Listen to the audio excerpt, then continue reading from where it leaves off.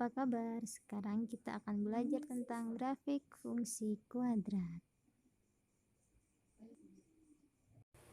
Setelah menonton video ini, kalian diharapkan untuk dapat memahami bentuk umum grafik fungsi kuadrat, menggambar grafik fungsi kuadrat, menentukan peran koefisien fungsi kuadrat dalam grafiknya, dan menyelesaikan soal-soal terkait grafik fungsi kuadrat. Oke, bagaimana bentuk dari grafik fungsi kuadrat? Bentuk umum dari fungsi kuadrat kan seperti yang berada di kotak kuning itu, yaitu fx sama dengan ax kuadrat ditambah bx tambah c. Nah, bentuk inilah nanti yang digambarkan dalam bintang kartesius, jadinya grafik fungsi kuadrat. Grafik fungsi kuadrat itu umumnya cuma ada dua. Kalau enggak terbuka ke atas, dia terbuka ke bawah. Semua tergantung dengan A-nya. Jika A-nya positif, maka dia akan terbuka ke atas. Jadi A-nya bisa diperpanjang ke atas hingga tak berhingga. Kalau A-nya negatif, ini juga bisa diperpanjang lagi ke bawah sampai tak berhingga. Nah, nanti kemarin kita kan sudah belajar tentang titik puncak. Nah, yang terbuka ke atas berarti titik puncaknya ada di bawah sini. Nah, ini merupakan titik puncak. Tapi kalau A-nya negatif, titik puncaknya paling atas nanti di sini. Nah, inilah yang disebut titik puncaknya. Bagaimana cara menggambar grafik fungsi kuadrat? Jadi gini, misalnya soalnya gambarlah grafik fungsi y sama dengan x kuadrat dikurang 2x dikurang 3.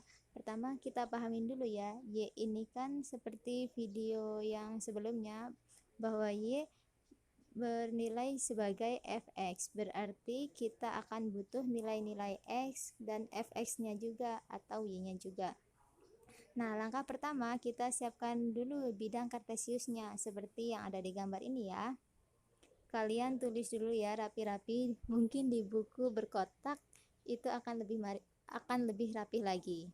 Nah, sekarang kita siapkan tabel yang di sebelah kiri.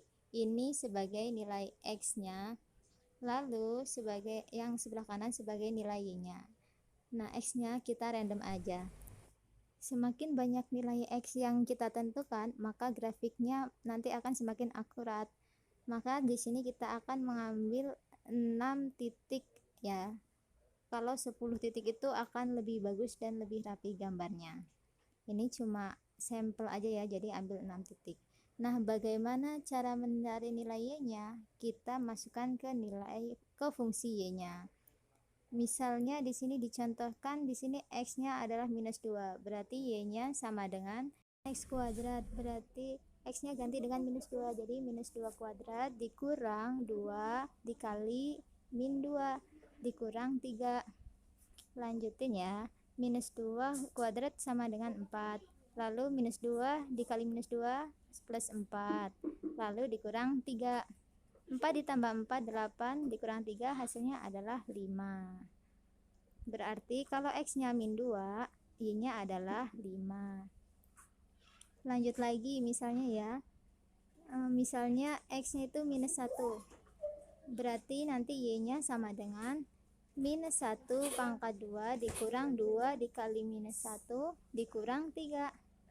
Berarti minus 1 pangkat 2 hasilnya adalah 1. Minus 2 dikali minus 1 yaitu plus 2 dan dikurang 3. 1 tambah 2, 3 dikurang 3, 0. Nah, berarti kalau x-nya sama dengan min 1, maka y-nya adalah 0. Nah, kalian kerjakan dengan cara yang sama, berarti nanti akan didapatkan nilai kalau x-nya 0, maka y-nya minus 3, kalau x-nya 1, y-nya minus 4, kalau x-nya 3, y-nya 0, dan kalau x-nya 4, y-nya adalah 5. Caranya sama kayak tadi ya, semuanya sama. Nah, kalau kita sudah dapat titik-titik ini, Lalu kita plot ke bidang kartesiusnya. Pertama kita ambil titik yang pertama ya, yang X sama dengan min 2 dan Y-nya 5. Berarti X-nya yang di sumbu mendatar ya, yaitu X-nya min 2, Y-nya 5. Berarti pertemuannya di sini kan? Oh, berarti di sini nih ya. Ini adalah titik min 2,5. Bisa dipahami ya. Lanjut lagi. Oh, ini min 2,5. Lanjutnya minus 1,0. X-nya minus 1, Y-nya 0. Berarti di sini kan? Di sini minus 1,0. Lanjut lagi, kalau X-nya 0, Y-nya minus 3. Nah, berarti di sini nih titiknya 0, minus 3. Nah, udah itu. Selanjutnya 1, min 4. X-nya 1, Y-nya min 4. Berarti di sini. Nah, 1, min 4. Lanjut lagi ya. Itu udah. X-nya 3, Y-nya 0. X-nya 3, Y-nya 0. Berarti di sini. Ya, ini adalah titik 3,0. Lalu yang terakhir adalah titik 4,5. X-nya 4 kok. Y-nya 5. Berarti kan di sini 4,5. Oke. Semua titik-titiknya sudah kita gambarkan di bidang kartesius. Sekarang kita tinggal sambungkan titik-titik ini sehingga menjadi grafik fungsi kuadrat. Nah, caranya gimana supaya rapi? Tulisan koordinatnya kita hapus dulu ya. Sekarang kita akan menyambungkan titik-titiknya pelan-pelan aja. Ini kayak gini dari pojok kiri atas ya. Terus ke sini. Terus ke sini. Lalu sampai ini belok. Terus tarik ke atas. Ya. Jadi kayak gitu. Oke. Sudah terhubung semua kan? Berarti ini kan grafiknya terbuka ke atas kayak tadi ya. Kenapa? Karena di sini A-nya adalah positif, maka gambarnya adalah terbuka ke atas. Jadi kalau titiknya makin banyak digambar, maka makin mulus gambarnya. Oke, untuk gambar fungsi kuadrat caranya kayak tadi, oke? Sekarang kita akan membahas tentang peran koefisien fungsi kuadrat. Jadi gini, setiap koefisien pada fungsi f(x) sama dengan ax kuadrat tambah bx tambah c, maka yang mempunyai koefisien itu a, b, dan c-nya. Nah, itu masing-masing memiliki peran yang menentukan posisi grafik pada bidang kartesiusnya nanti.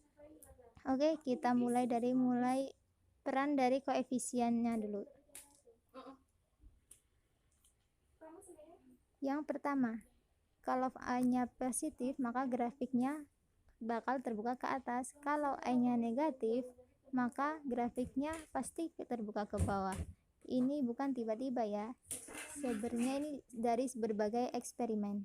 Kalau A-nya positif, pasti dia terbuka ke atas. Kalau A-nya negatif, maka dia terbuka ke bawah.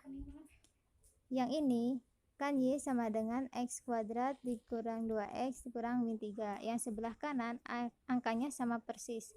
Lihat belakangnya ya. Sama-sama min 2X min 3. Pembedanya cuma di sini minus X kuadrat dan yang ini X kuadrat. Yang satu positif, yang satu negatif.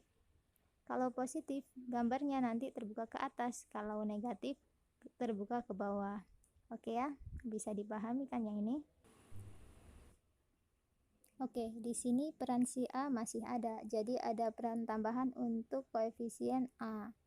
Yang pertama, makin besar nilai A, maka grafiknya nanti makin sempit. Sedangkan makin kecil nilai A, grafiknya justru makin lebar.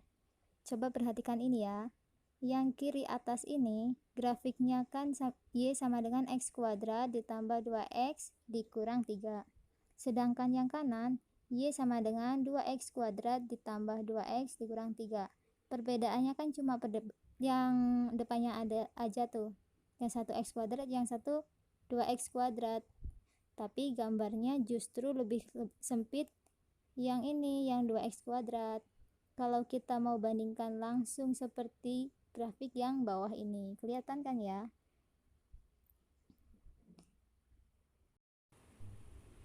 Oke, lanjut lagi. Sekarang kita ngomongin perannya si B. Kalau kita ngomongin si B, dia harus gandengan sama A. Kayak gini nanti. Kalau tanda si A sama si B berbeda, maka titik puncak grafiknya pasti ada di kanan sumbu Y. Kalau misalkan tanda A sama B-nya sama, berarti titik puncaknya pasti ada di sebelah kiri sumbu Y. Perhatikan baik-baik ya. Di sini kita tulis Y sebagai x kuadrat kurang 2x kurang 3. A-nya kan x kuadrat, B-nya minus 2x. Lihat deh, x kuadratnya positif. Yang ini koefisien B-nya kan minus 2x. Yang satu positif, yang satu negatif. Tandanya beda kan? Ketika tandanya beda, ternyata puncaknya ada di sebelah kanan sumbu Y. Sumbu Y itu yang ini. Nah, ada sebelah kanannya kan? Sedangkan kita lihat grafik yang satunya lagi, di sini x kuadratnya positif, 2x-nya positif juga, sama-sama positif ya. Waktu sama-sama positif, ternyata puncaknya justru ada di sebelah kiri sumbu Y. Nah, ini ada sebelah kirinya kan? Jadi kalau tandanya sama, puncaknya pasti ada di sebelah kiri. Kalau tandanya beda, puncaknya pasti ada di sebelah kanan sumbu Y. Gampang kan?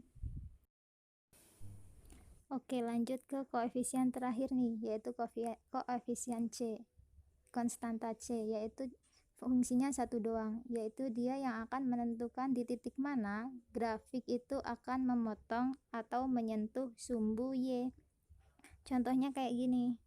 Untuk grafik yang pertama, ini kan fungsinya Y sama dengan x kuadrat tambah 2x dikurang 3. Jadi nilai C-nya kan minus 3. Kalau digambarkan ke grafik, ternyata dia akan menyentuh sumbu Y. Ini kan sumbu Y kan? Nah, ini. Ternyata dia menyentuh sumbu Y justru di titik minus 3. Jadi, kita cukup lihat C-nya saja. Kita udah tahu pasti di mana dia akan menyentuh sumbu Y. Contoh satu lagi deh ya. Di sini kan ada Y sama dengan x kuadrat tambah 2x plus 2. Karena 2 plus 2, jadi dia pasti akan menyentuh ini sumbu Y-nya 2 setelah digambarkan benar. Jadi dia titiknya di sini. Jadi Y-nya sama dengan 2 kayak gitu. Gampang kan yang ini? Nah, untuk apa sih kita mempelajari peran koefisien tadi? Jadi gini, kalau soalnya nanti pilihan ganda, kita tidak perlu menghitung untuk menentukan suatu fungsi kuadrat tersebut dari grafiknya. Tapi kalau untuk menghitung juga boleh. Supaya kalian lebih paham, kita ke contoh soal saja. Contohnya kayak gini yang pertama. Di antara fungsi-fungsi berikut, yang kurva fungsinya terbuka ke atas yang mana? Oke, kita tampilkan lagi catatannya ya. Jadi kalau dia terbuka ke atas, berarti peran dari koefisien A positif, maka grafiknya terbuka ke atas. Jadi kita tinggal cek aja A-nya yang mana. Untuk fungsi kuadrat fx, itu kan bentuk umumnya ax kuadrat ditambah bx ditambah c. Berarti A itu adalah koefisien yang di depan x kuadrat atau angka yang muncul di depan x kuadrat. Untuk yang fungsi yang pertama nih, ini kan fx sama dengan 4 dikurang x kuadrat. Yang di depan x kuadrat ini kan berarti minus 1 kan? Padahal kalau dia terbuka ke atas, A-nya harus positif. Berarti ini salah. Oke, bisa dipahami ya. Lanjut lagi. Yang kedua, di sini jelas-jelas yang di depan x kuadrat adalah minus 2. Berarti dia juga salah ya. Jadi kan ini salah. Yang ketiga, x kuadrat aja. Berarti dia udah benar. Lanjut yang keempat, 2x kuadrat. Berarti dia pasti terbuka ke atas karena dia positif. Jadi untuk soal ini jawabannya adalah pilihan ketiga dan keempat. Oke, lanjut ke contoh soal yang terakhir. Gambar samping adalah grafik dari fungsi apa? Nah, ini sebenarnya nanti ada rumusnya. Tapi untuk sekarang kita sebenarnya nggak perlu rumus selama kita memahami banget peran dari koefisien-koefisien tadi. Kita lihat gambarnya dulu ya. Ini kan gambarnya grafiknya terbuka ke bawah kan? Berarti sesuai catatan tadi, kalau dia terbuka ke bawah berarti A-nya pasti negatif. Jadi kita cek aja. Kalau A-nya positif berarti bukan jawabannya kan? Pilihan pertama, Y sama dengan X kuadrat plus 3X kurang 10. Di sini A-nya positif, berarti salah dong. Terus yang kedua yaitu A-nya positif juga, berarti salah. Sampai sini aja kita udah bisa eliminasi dua jawaban. Selanjutnya, peran koefisien C tadi masih ingat ya? Koefisien C kan menentukan di titik mana grafik akan memotong sumbu Y. Di sini grafiknya ternyata memotong sumbu Y di titik Y sama dengan 10. Dia menyentuh sumbu Y kan di situ. Berarti di situ kita cek aja C-nya berarti positif 10. Berarti jawabannya cuma di D ini yang positif 10. Berarti jawabannya adalah D. Kenapa yang C enggak? Karena yang C ini nilai koefisien C-nya minus, padahal di sini plus 10. Bisa dipahami ya. Terus kalau kita mengecek koefisien C, boleh sih. Di sini udah kita tulis, jika tanda A dan B berbeda, maka titik puncak grafik berada di sebelah kanan sumbu. Ini kan titik sumpahnya ini, maka berada di sebelah kanan sumbu Y kan? Berarti harusnya nilai A sama B-nya beda. Kita cek. Untuk pilihan B tadi, A-nya yang satu negatif, yang satu B-nya positif. Beda kan tandanya? Berarti ini udah benar nih jawabannya. Jadi bisa dipahami ya. Terima kasih.